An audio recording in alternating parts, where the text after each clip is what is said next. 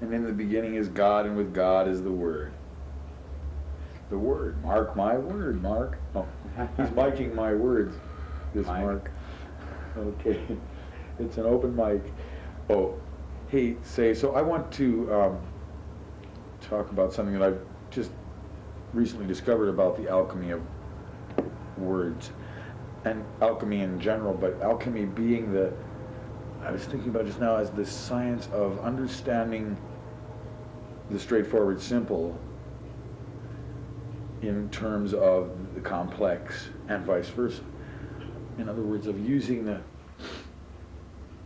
head and the heart to understand each other and make a whole, of making a whole of personality, of body, and of mind.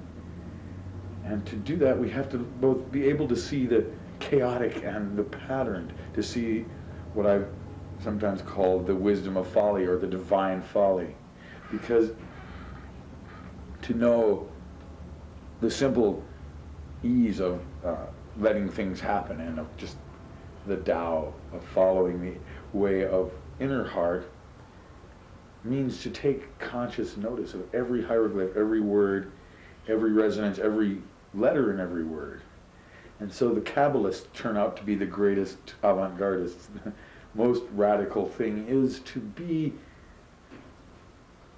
thoroughly involved in learning and understanding the universe, but not attached to it, to make a game of it so that it becomes fun, so that we can pass it on. And that's the great gift indeed, is the future gift of capping off and giving something wholer and more fundamentally directed to the next generation. Okay? That's why we have a language. I have a poem here of my own that speaks to that I read recently in public. But before I read that, I want to do something I didn't read in public that I wrote on a friend's wall. And I copied it down because it's kind of that as I'm reading it here, because it's kind of a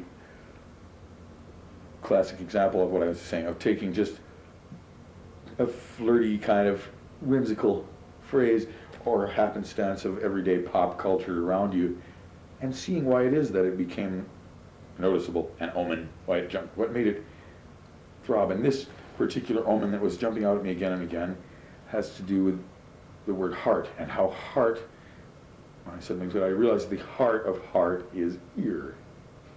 Ear is the heart of the word heart, and also the entrance in all the esoteric doctrines and all the teachings since time began, our globe and round, have emphasized that that's the way to liberation, is through the ear and the heart. But the ear, because the ear listens and knows the truth when it hears it, the ear knows the mantram of nadam, the ringing sounds behind all sounds, the underlying substrata to all sound, with which a yoga learns to leave the concerns of feelings in the body behind.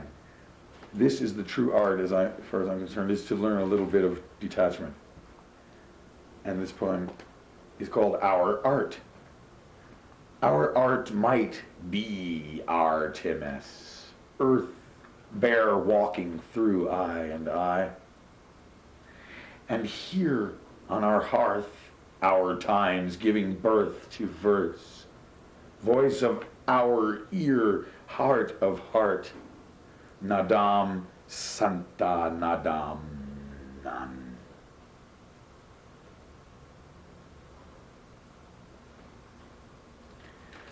It's a little bit of a, shall we say,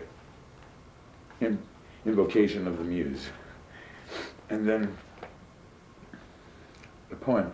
A poem is a strange thing, because a poem, again, is full of simple rhythms that speak for themselves, and then sometimes they take explanations.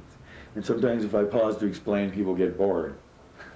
So this poem speaks to that directly, and that's very title. The title is Dharma not Dharma, Dharma Dharma not Dharma, which is a translation of an ancient philosophical saying from China. And I think it's the best translation, rather than trying to explain forever what it means in a complex philosophical, metaphysical way. But I will tell you just basically what Dharma refers to, in case there's some cloudiness in your head about that term. It's been used a lot of different ways. I mean Dharma in the sense of that which is both law and natural necessity. Acting out of fear of God and acting out of from where you live, gut feeling, are both dharmic expressions. It's a hard thing to put into Western terminology. It's your bag. It's where you do your own thing best, your niche. Okay? And so dharma, not dharma, dharma, dharma, not dharma, is the way that the liberated Zen master speaks of the only dogma or dharma that can exist must necessarily both deny itself and reaffirm itself, etc. In the pattern of this universe, in the proportional pattern, it's not nonsense, although it may sound like, but there is a rhythm to it, much like the rhythm of first there is a mountain, then there is no mountain, then there is. Dharma, not dharma, dharma, dharma, not dharma. Let be, let do. Only the silence of God is. Beyond, the only prayer is hid, like a husk-held seed in Leah, lying latent within the heart. Let only the heart speak. Listen, also, only with that ear that is the heart of heart. Hear the sheer sruti, truth undilute. Beware more twisting. All is dream. No more twist. Bewildering dream into dream, mingled and merged into true stories. Stream. Oh lo, realize the tale of the unicorn, the babe's tale, Olanu, is the true life story of the real one unborn. This is the moment of the naked heart. I am God's own mad lover. This is not a poem. This is not a word. This is not. If there is a true struggle or prime cause, a random tick on the talking clock, a shrug, a toke, a high whim of God's gone fission in her little green boat on Popcorn Pond. If, however, there is, then now I am all that. Lo, awake, arise, lay open each seed, lay 'em down righteously into the earth, revealing first mater at hand, O stone of the doctors of ignorance. The wise pataphysician overstands thee. Direct knowing is all mine. Not much Buddhism or any ism or asms in that, buddy. Budding young old Maya, spiral evolving ever, is already as much as is needed. Just about enough for thee. O Hostine Prince, pal, just enough. Whenever articulate as God, Mantis, Mertz makes quantum leaps look like baby steps in the grand manner. Press the whenever quiff. Art might make I look like Mertz strange loops. Pop quiff, coyote rum, I am is art I fact. Invention in your I mage I nary cosmogony. R.E. capping cosmology quiff. Or self-replicating chaos equals infinite order. In other words, we are always infinitely discovering for the first time true faith, which becomes knowing, not knowing. True faith is the same as knowing, not knowing. Full is the same as empty. Ephemeral is basic. Etherically material. God's body is clingingly cherishing the soul with the ineffable light of heat like the icy flows of the far Northland's white long night, as clear as mud and as old as the ever-firsting last, just born, sopping wet as the bones of the past.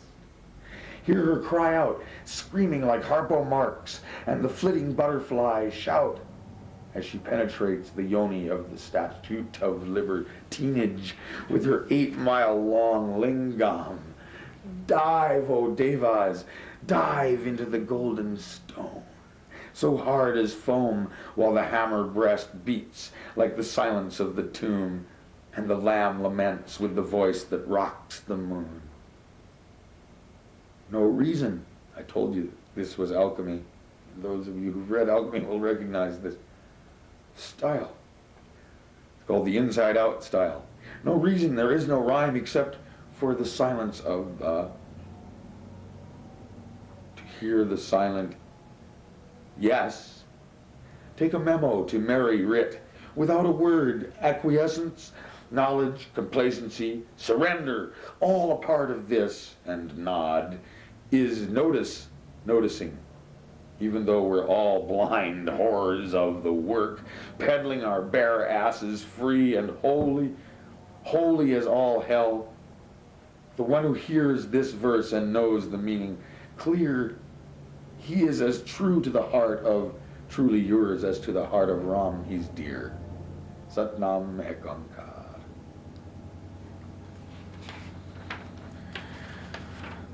There, that's some of my alchemy journal. I'll read you one from another ancient one, from what they call Huang Lao. Huang Lao were literally the names of Lao Tzu. You've heard of Lao. His name means the ancient master, or the child master. It's sometimes translated paradoxically. And Huang is the name of an emperor who ruled during the time of the great alchemists. So sometimes alchemy in China, or Tao as it's also known, is referred to as Huang Lao. Here's a Huang Lao poem from early times, about the time of the Book of Changes. Though pent for years within this world of dust, I neither work nor worry, leaving all to nature's plan. Life happens just because our parents choose to mate. I want to say something about this translation. Initially, it was an abstruse reference. It said something more like, life happens because yang swings from star pinnacle into yin's ever embrace. Our parents choose to mate. That's one way of reading it. And the rest of it then follows the natural course of things. Still, our human frame conceals a precious gem within. Man's elements, though coarse, embody pure spirit. When the mulberry fields transmuted to self-existent being, a worldling then becomes a world-transcending sage. It's a joke when people ask whereabouts my home may be. With my magic cloud-tipped staff I draw dawn clouds from the sky. All that talk of an inner light that the meditator sees shining out between the eyes is by no means idle gossip, but it would not do to boast that my golden flower has bloomed. A 3-foot wooden staff is all my worldly gear. A pot of mellow wine is the acme of my wants. On dragon's back I fly to the islands of the blessed. Within that fairy realm, when the night begins to wane, one may see immortals sport with the rings around the moon. I'm going to read you another of those. To me, Chinese poetry is perhaps the pinnacle of what we've done so far with language, and even the translations ring to it. Excuse me. Here's another piece from the golden age of the Taoists. With nature's course and man's, I'm really not concerned. I do not scorn belief in immortality, nor yet the Taoist priests who seek that kind of goal. But were I asked how best to cultivate the way, I'd say, just till the mind and tend the body well. When one wanders on high peaks, letting his gaze roam wide, the universe seems vast, its people numberless. Yet, alas, there are but few who win to true attainment. To those who knew the secret, there is not a single thing. They learn to give things up and simply practice stillness. Closing their gates at dawn, they read till evening falls, then sweep the floor and light a stick of fragrant incense. All day they battle with 6 robbers, called the senses, until they recognize that shapes and forms are wholly void, then awaken to the truth that there's not a single thing. That the magic mirror stand exists only in the mind. When sense reactions cut, self-transformation follows. Then stillness dawns, and form is recognized as void.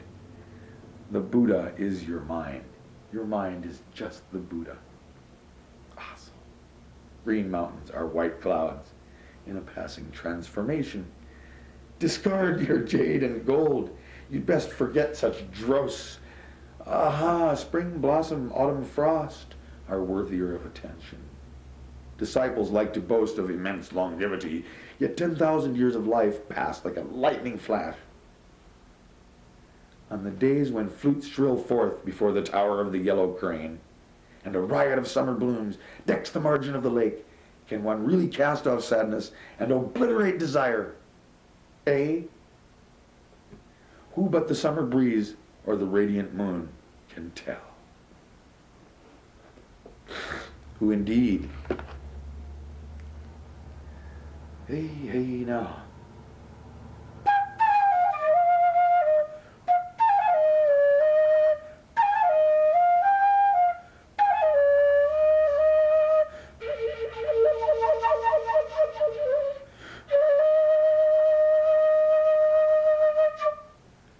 Recently, a friend of mine, a very close friend of some friends of mine from years ago, came to visit them, and I got to know him on his visit here. His name's Wally, and I wrote a little afterthought about some heavy shit that came down. Shoot, man, I'm sorry, but this was a terrible scene down at the bar downtown here. And some white, bigoted freaks got into laying into, well, let's not go into bloody details, but he got beat up, and it got me thinking, and I noticed quite a bit of, I don't know, just closed-mindedness and nastiness going down in the funky streets lately, and I don't want to be giving you, a fundamentalist warning or something. I just had some thoughts about, and where I wanted to take some of the curse off this way of saying goodbye to a friend. I mean, God. I said, no, that ain't the way, and that's the name of this poem. That ain't the way. By the way, this is in a book which I just started, which I gave an alchemical name. It's called The Book of Wisdom. Jeez, wisdom. That ain't the way.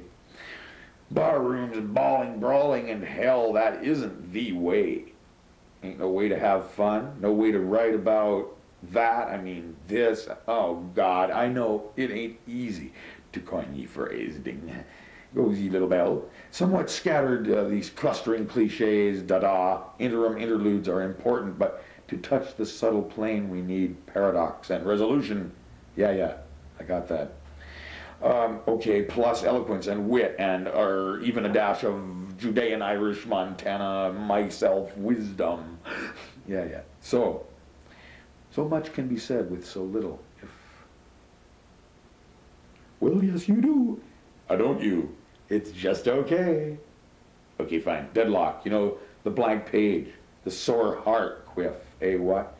Well, despair not. I'll be your golden Virgil, your Pandora channel. Only a spirit guide can guide in this way to the high stories of future, now, and past, ago, past the Charybdis of toms and anti-toms and anti-anti, etc. Past, post, modern, and post, past, modern, past, Pan and Peter, Pitri and Pater, past the past out, the way out in their semiotic beatitude, and RE awakened in retrouvé recursion as self-replicating chaos equals order with a little respect. With a little respect. Entropy is an admirable equalizer. Think about it, like 15, Satan, Saturn, Sat, the house of when they is free for the asking. Woo! but will cost for the taking. Easy to muse on, most nearly impossible to master. Let each child's heart only hold your star-like vision that is you. Give not thy stolen light to the brain room control authorities. That little pearl, they lie. There are no more dog soldiers. There are no more poets in our governments. All the ragamuffins and the mad-eyed freaking eagles are already free. Keep your soul and your heart and face free. Especially you, Brother Walter, walking on the journey east. Walk as chief heavy runner of the Blackfoot people walked long ago.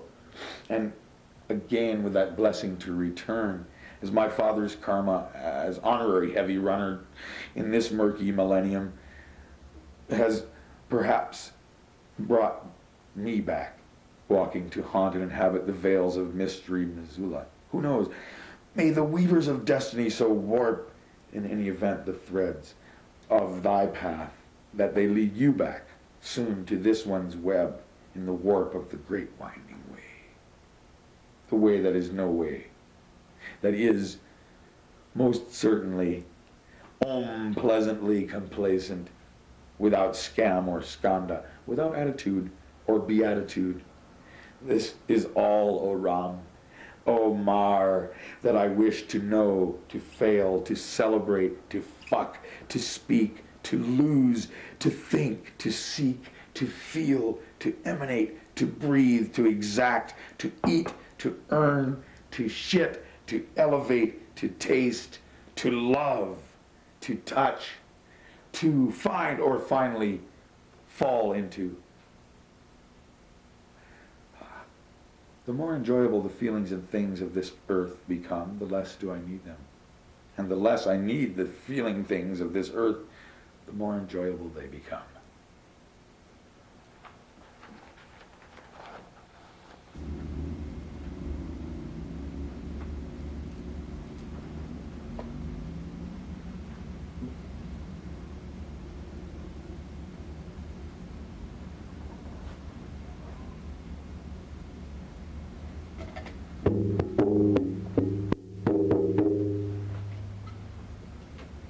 Yeah, so my friend comes here this morning asking me, well, what do I have to say?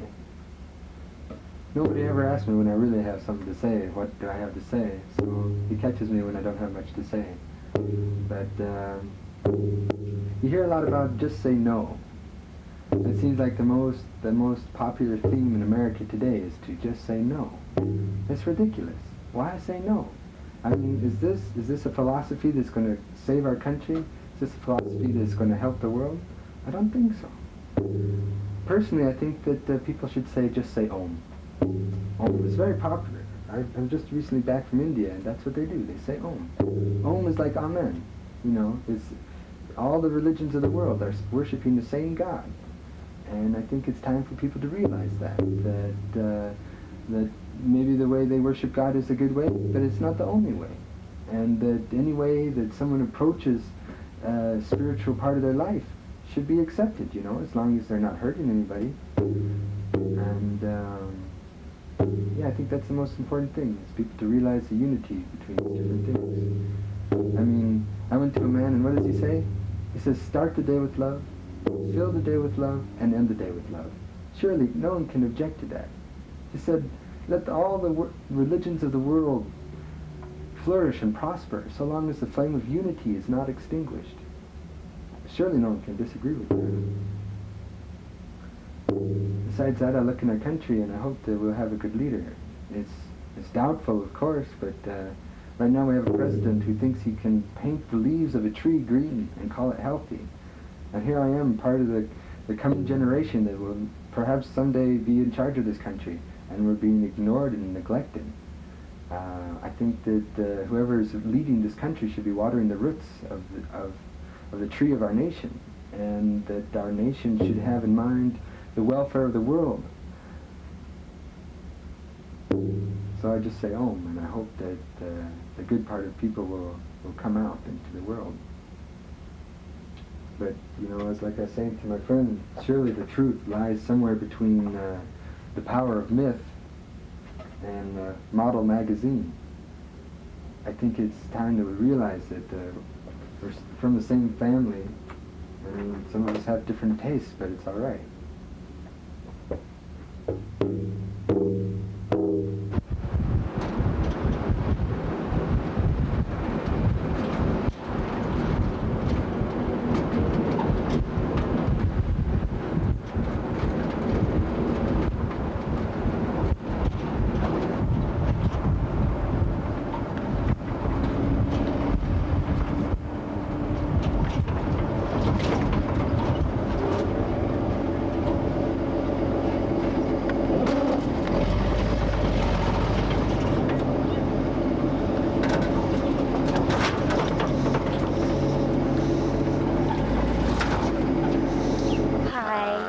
Welcome home. Hi, Ishka. Ishka. Hi.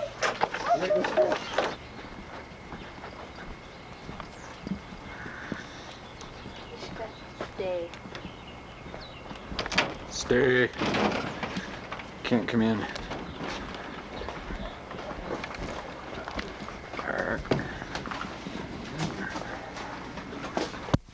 All misty moisty.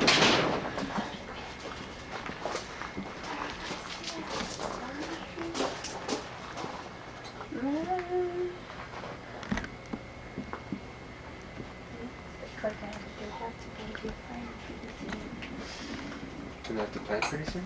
Build a fire. In the king o' heat. Wow. I always wondered, what's the difference?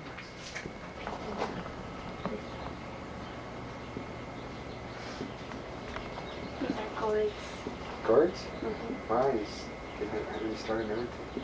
I guess that's the best way. Well, gourds, I really want them. I tried to grow them last year and they didn't have enough time to get big.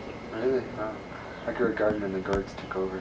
Really? Oh, just everywhere. I would love that. Gourds are so magic. I had so many gourds. Oh, wow. No, I think they're totally magical. I've never had grown food. Pumpkins are hard to plant. Yeah, so are watermelons. Watermelons, yeah. I think only around Billings. Bananas. Bananas, yes, very good. So did you plant all these yourself? No, I had the help from 3 other devoted and beautiful people. How long did it take you to do it? To plant the seeds? Yeah, to get this all Oh, it took us a good day. a good day. To actually fill all of the pots with soil and put in the seeds.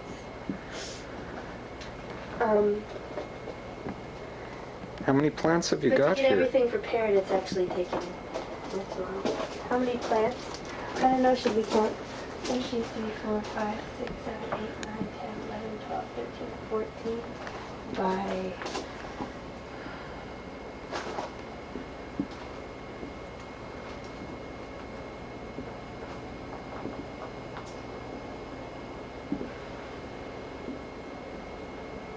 I don't know, a lot.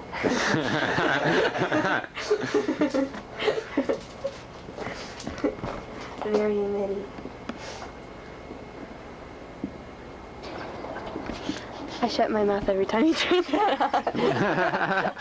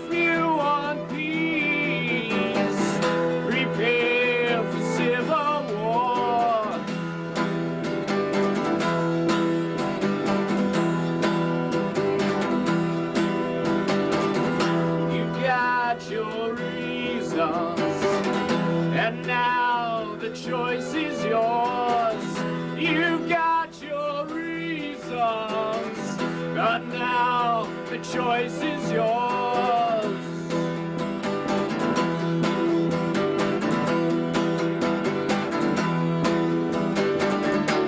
Right on, brother. Hell yeah, siesta. Right on, brother. Hell yeah, siesta. Acid is groovy. Let's kill the pigs. Acid is groovy. Let's kill the pigs. Acid is groovy.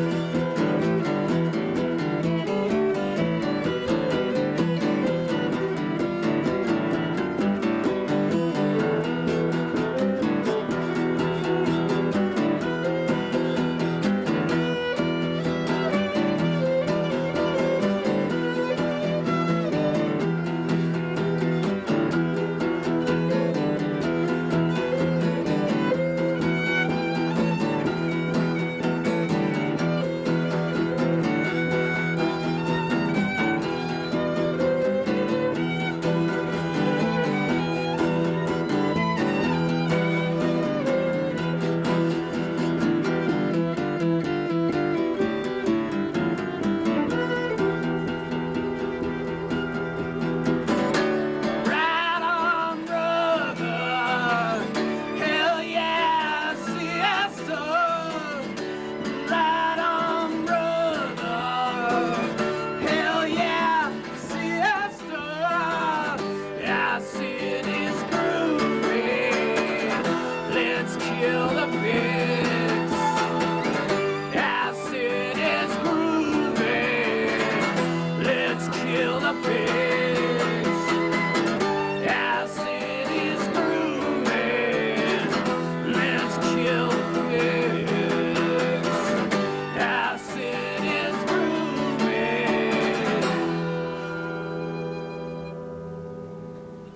Oh, my arm is really tired. Well, we took it a little long that time. Hi. My elbows. Hi, Mom and Dad. Hi, President Bush. We'd like you out now, please. Thank you. Get out.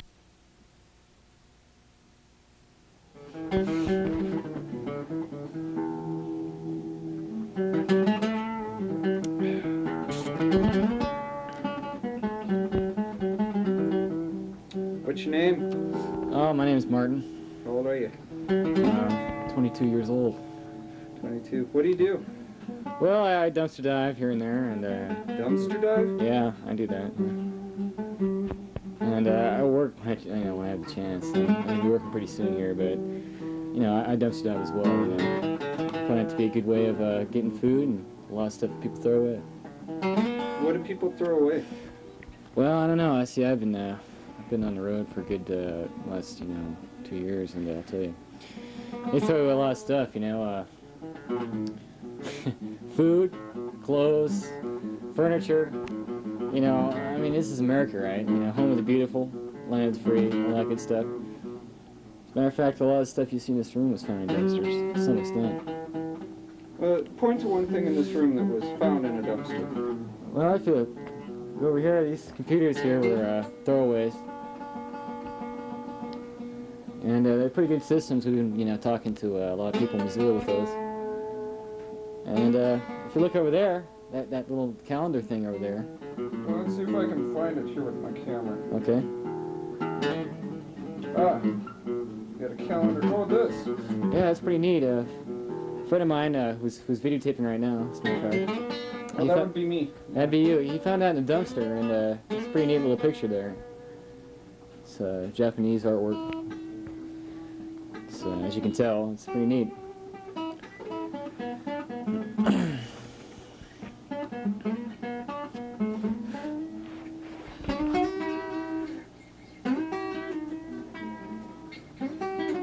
Do you feel bitter about having to find stuff in dumpsters?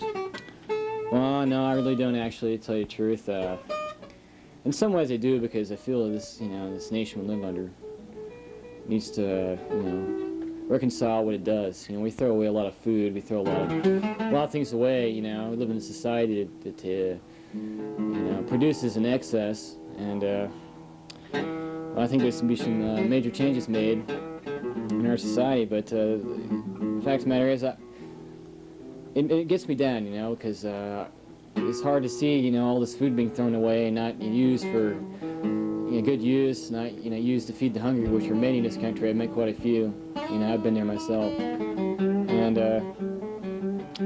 it gets me kind of upset, I will admit.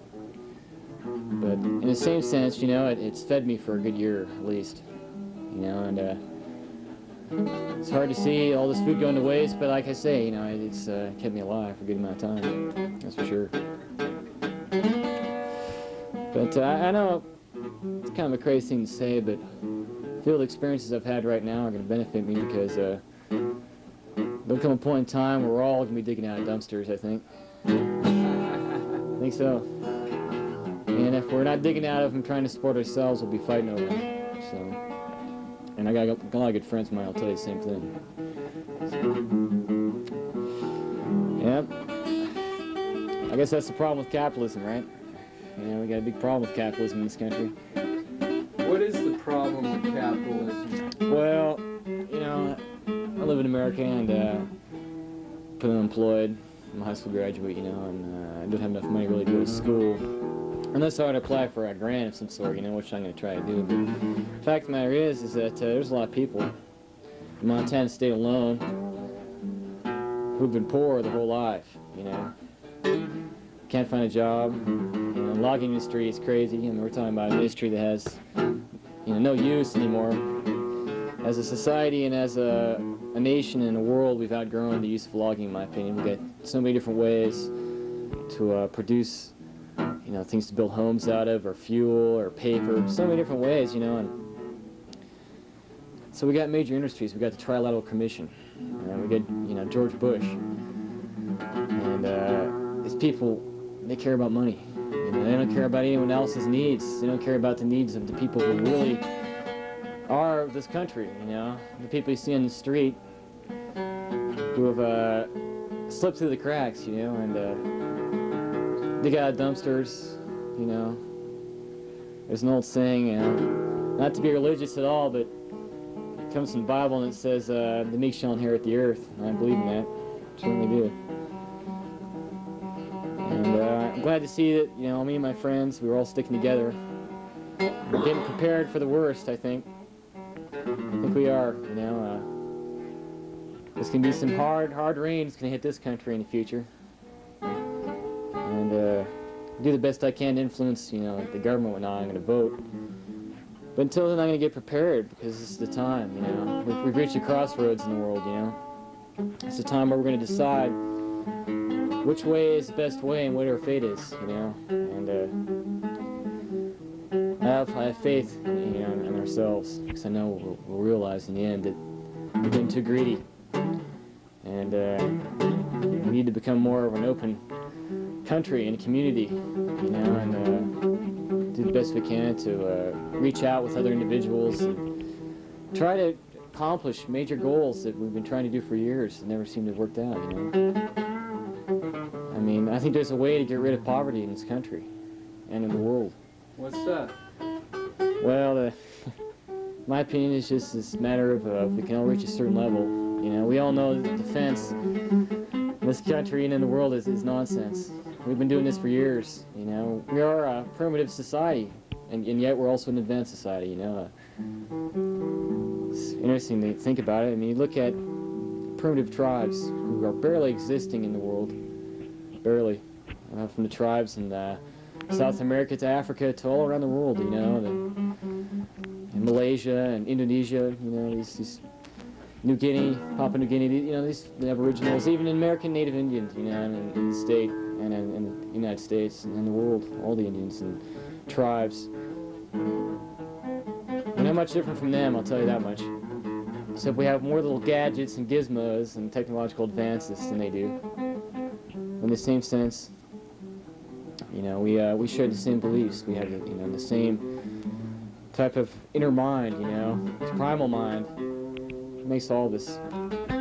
I think the best way we can deal with the situation is to work it out, purge our government, you know. Our government is full of capitalists, it's full of big industries, and it's horrible, you know.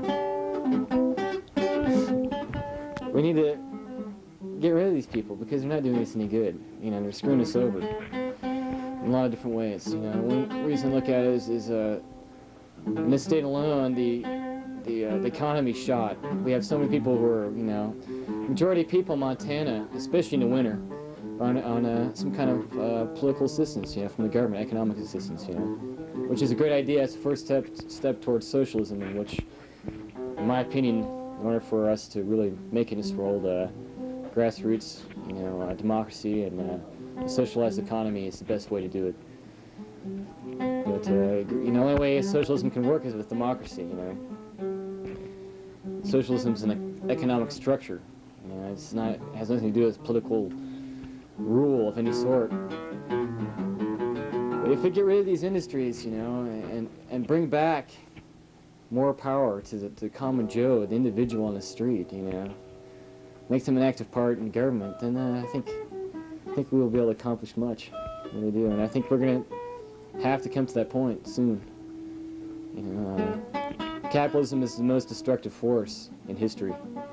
If you look at history in all forms of war and conflict, the grassroots cause of those conflicts were due to complete raw capitalism.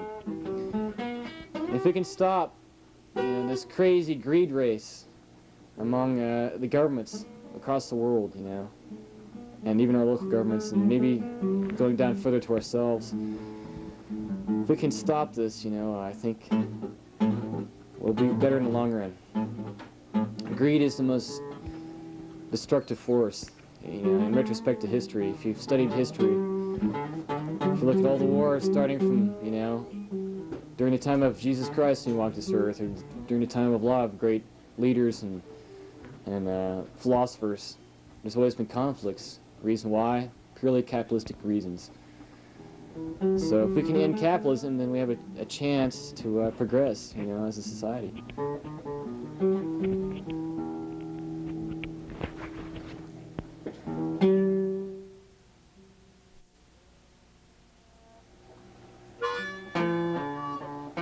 They roar, honk, idle and cough in vast streams of rusting steel through the high-rise canyons of Mexico City. The children are kept indoors to spare them the steel beast's poisonous fumes, while the birds fall dead from the heavens to the sludge gutter streets and are swept to the sewers. Their only shelter is the few yellowing trees, their playground the toxic skies. Their school millions of years of instinct and evolution, the dinosaurs that grew wings. Their enemy fuel from the fossils of their own ancestors and the mammals who formed that irony. Still, if you listen close, you can hear them sing, honk, hoot, and screech over the automobile growl. And why the songs, one might ask? Songs of sadness, perhaps, for the past. For unlike our children who beg to play outside, the birds are unable to cry. That's it. I'd just like to say one thing to all the folks out there in the public eye and the public ear who are hearing me tonight speaking to you all loud. I would just like to have you all take a good look around you and tell me, are you free? Is it because you make smart choices, man? Think about it. Sheep are led to the slaughter if they are going to be led. They're trying to be led right now. Make yourself not a sheep. Please be aware of what's happening to this democracy, this alleged democracy. Let's make the best of it. Make your life more fruitful and I don't have. That's it.